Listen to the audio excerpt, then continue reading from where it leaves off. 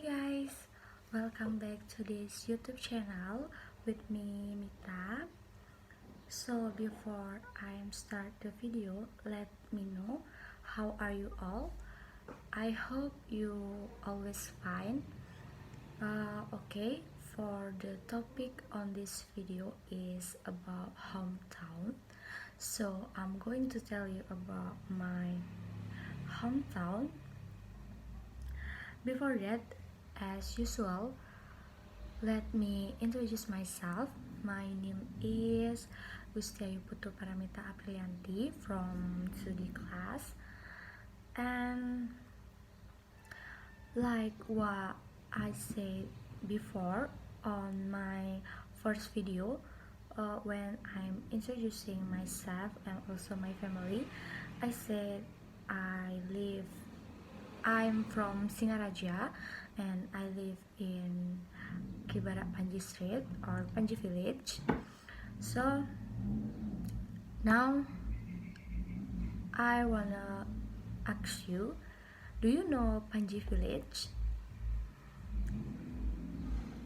My house is close to the monument of the Struggle. The name is Monument Buana Kerta.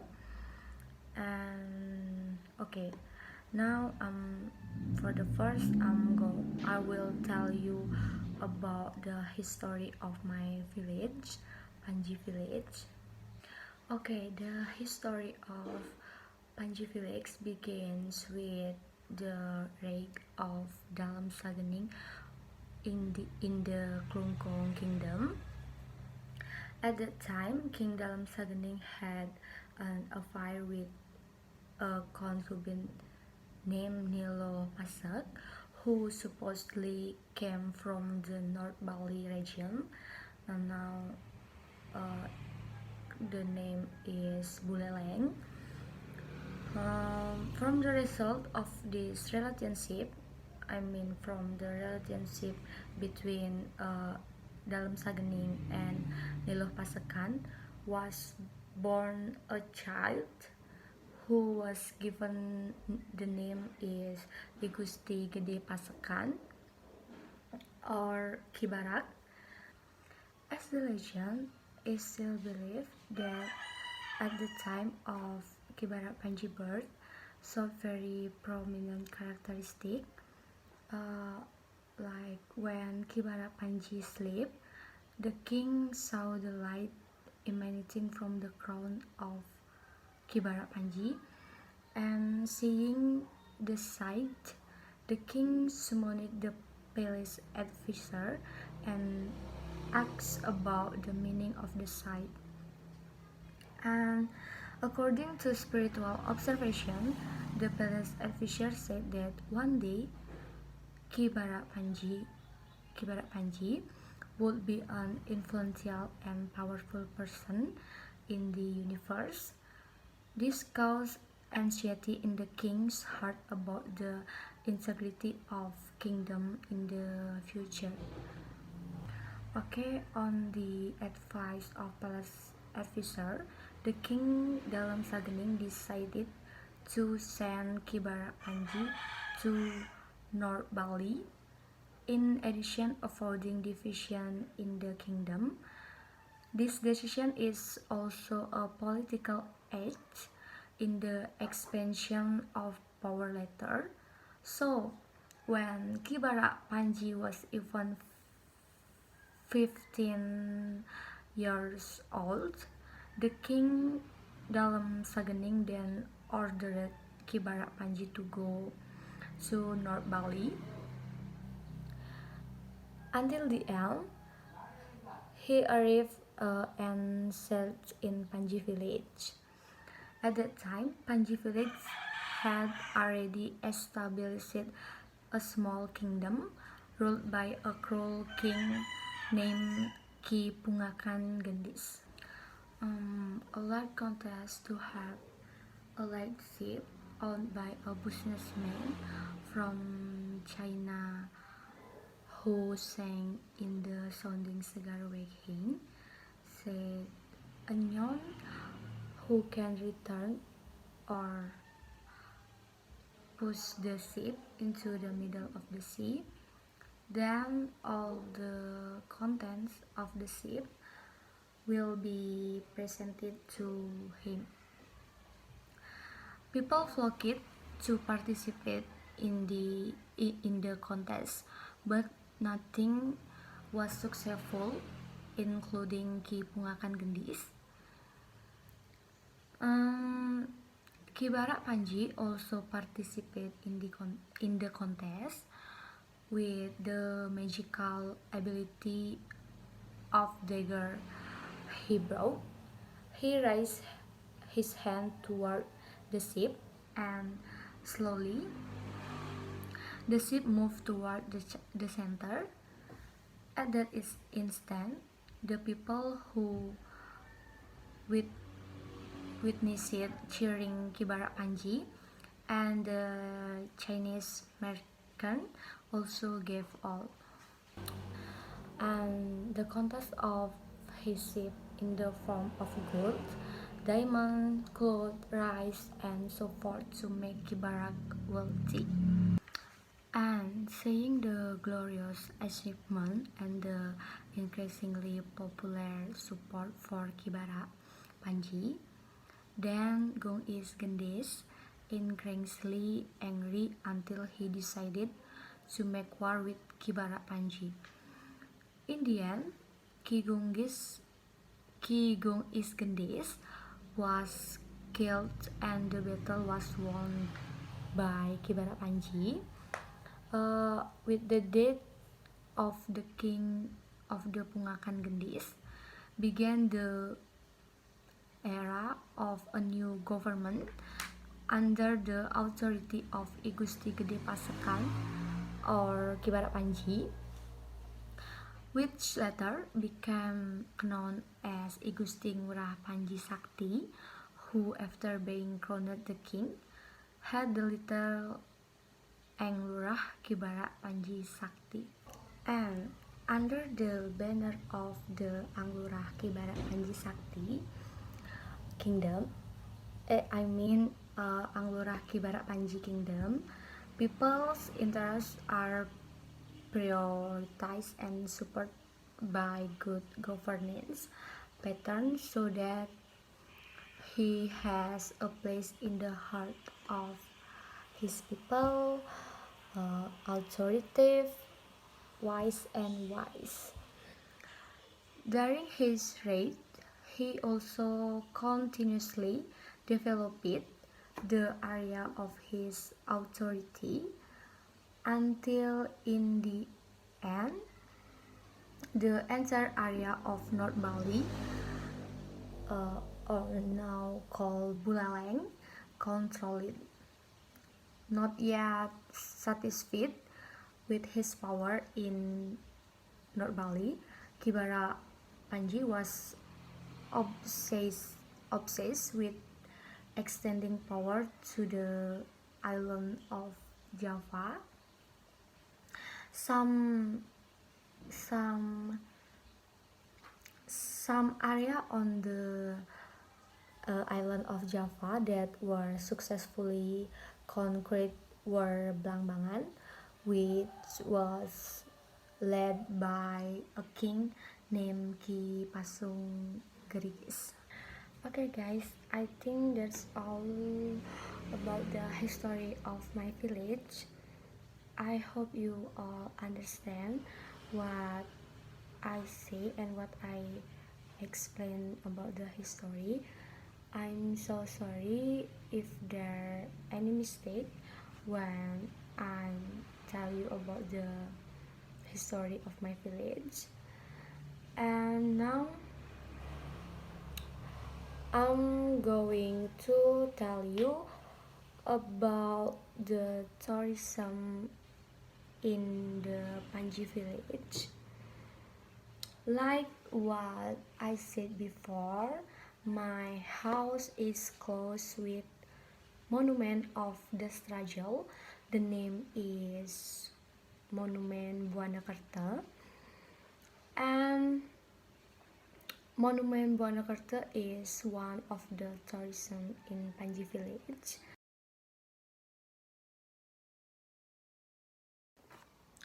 Okay, and now I will tell you a little bit story about the tourism in Panji village. In the Panji area, there is a monument, the struggle of Balinese people in the era of Dutch colonialism, known as the Monument Bonacarte. On that occasion, the people of Bali, especially the people of North Bali, made a plaque that read, "If the Republic of Indonesia wins, in this place a Republican temple will be built." So, this pledge of nationalism was made by freedom fighter on on January 17, uh, 1948.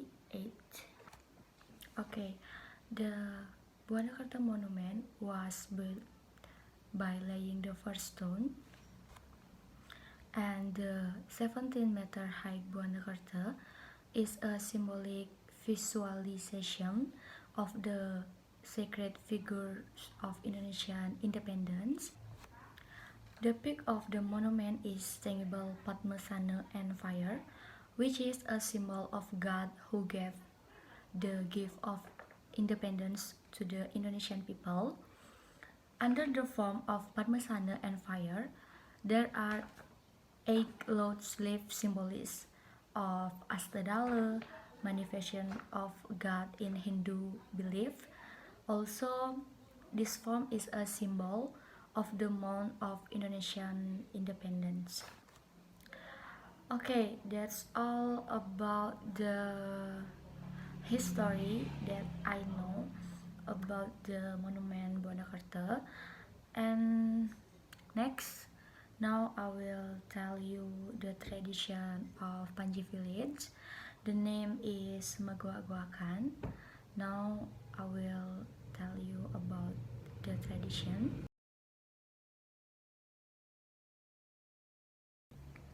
Okay, Magua-guakan is proof of the rich culture and tradition in Bali that are still preserved until now. And Magua-guakan is a traditional folk game, especially typical of the Panji village, which is Magua-guakan is usually performed one day after Nyepi. The name of Magua-guakan itself is taken from the name of the crow or Desing Goak, which was inspired when he saw this bird eyeing its prey. And Magua-guakan activity itself is staging of the history of Kibara Panji Sakti heroism, known as the hero of the Bali Buleleng when it conquered the Blambangan kingdom in East Java. For generations, Magua-guakan has 4 residents who have participated can go straight, come, or watch their colleagues play. In this old-fashioned game, or traditional game, one team consists of 1 participant who fight the other group and with the same number, and to be orderly then in the arena the game is governed by Balinese people say pecalang. The game's philosophy is mentioned as a form of Pursa and Pradana, I mean man against woman, and it was mentioned in one Goak group consisting of 11 people, while the determination of victory the Goak-Goakan group that was first able to catch the tail or the very back in the opposing group, then he is the winner of the game. Okay, I think that's all about the history of my village, the tourism of my village, and also tradition of my village. I think for me my village is still very beautiful and very cool. I feel so lucky to live here. So after this I will show you some photos that I had captured in my village, but I took the photos before the coronavirus. Okay, let's see now. And this is the picture of one of the good views in my village, Panji village. The location is not far from my house. In this place we can see the beauty of rice while listening to the flow of water. I usually go to this place in the afternoon to see the beautiful scenery. And this one is called Tieng Tali. The place is also not far from my house. The location is in the Banjar Dinas Mekarsari, and here is very cool and the water is clean. And this one is one of my favorite view. This is the view in the afternoon in front of my house. I think this is very beautiful view and I like it. And this video is one of the video that I record when I went to my grandma house. My grandma house is not far from my house, and when I want to go my grandma house, I will pass this place where there is still a lot of green rice and good views. And this is the last photo I took before the coronavirus. This photo is a view of rice fields in front of my house. However, the rice fields were already harvested, so I could no longer enjoy the beautiful views of the rice fields in the afternoon, and I had to wait for farmers to replant the rice fields again. Okay everyone, I think that's all about my hometown. That's all I can tell you about the story of my village, the tradition of my village, and also the tourism of my village. I hope you all understand what I say and what I explain about the history or the story of my village. And thank you for watching my video. I hope you enjoy, and I'm so sorry if there any mistake when I explain the story or history about my village. And don't forget to like this video and also subscribe this channel. And thank you for watching. I think that's all about my video on this time.